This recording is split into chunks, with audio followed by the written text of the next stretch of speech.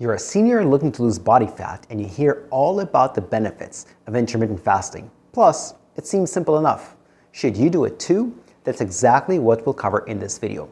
Plus, at the end of the video, you'll learn the single biggest intermittent fasting mistake that seniors make. One of the most common reasons that seniors often turn to intermittent fasting is the flexibility.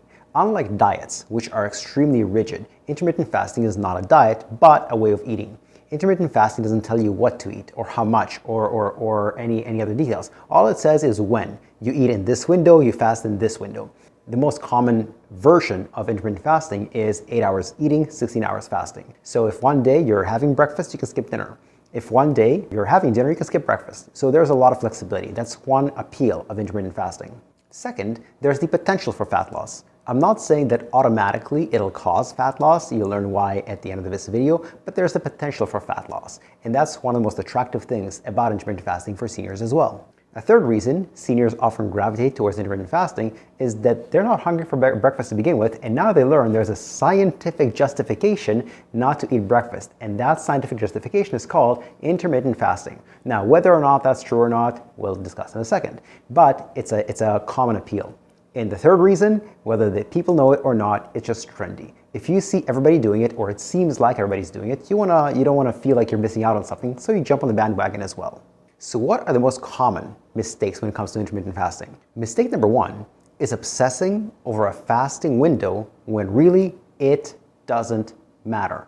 People are trying to figure out what's the perfect fasting window. Is it 8 hours eating 16 hours fasting? Is it 4 hours eating 20 hours fasting? What's the perfect fasting window? When research shows there is not a difference when it comes to fat loss, blood sugar, hormonal regulation, anything when it comes to this detail. The fasting window is such a minor detail that it's nothing to worry about. The only three variables that matter when it comes to general health from a nutrition perspective are simply total calories, total protein, total fiber, and that's it. In other words, the fasting window doesn't matter. Your ratio of carbs to fats doesn't matter. Whether you eat after 6 or you don't eat after 6 doesn't matter. The only three nutritional factors that matter when it comes to overall health are, again, total calories, total protein, total fiber, and that's it. Mistake number two is skipping breakfast. Now, I know the common appeal of intermittent fasting is you get to skip breakfast, and maybe you're thinking to yourself, well, I'm not hungry for breakfast anyway, so that's perfect.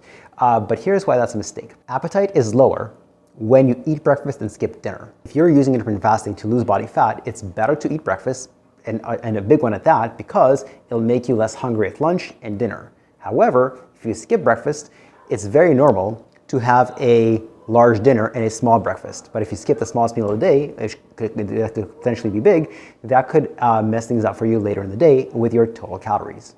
Mistake number three is not getting adequate protein. The word itself, protein, comes from the Greek word meaning protos, which translates to of primary importance. It is the number one macronutrient when it comes to a lot of health issues like your muscle strength, your bone strength, and a lot of other factors. And so not getting adequate protein is a huge mistake on an intermittent fasting eating program. How much is adequate? Probably more than you think. For people over 60 who are also strength training, it's about 1.8 to 2.0 grams per kilogram per day. I've talked about this in my other videos, and I'll link one in the description below as well. Another common mistake when it comes to intermittent fasting is not taking regular measurements. You want to achieve a certain result, a certain goal as a result of intermittent fasting. Now, if you don't take measurements, you don't know whether you're getting close to that goal.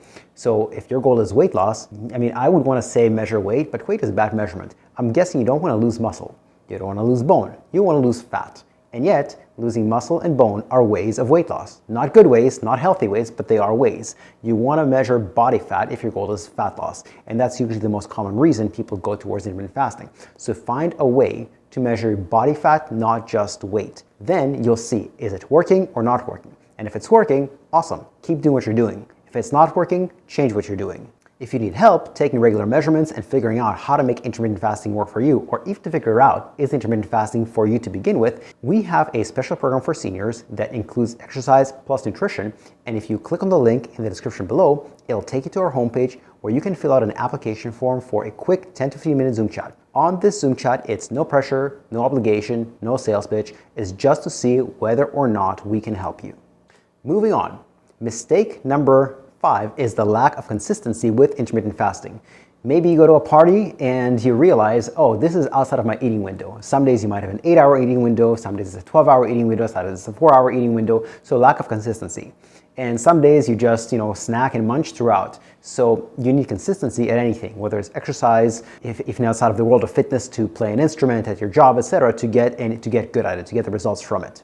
Finally, lastly, we come to the single biggest mistake that seniors make when it comes to intermittent fasting, and it's ridiculously simple. Too many calories. If you're using intermittent fasting to lose body fat, again, the number one factor when it comes to fat loss is calories, not anything else. Protein is important, but it's not number one. Fiber is important, but it's not number one. Carbs, etc., are not number one. Intermittent fasting is not number one.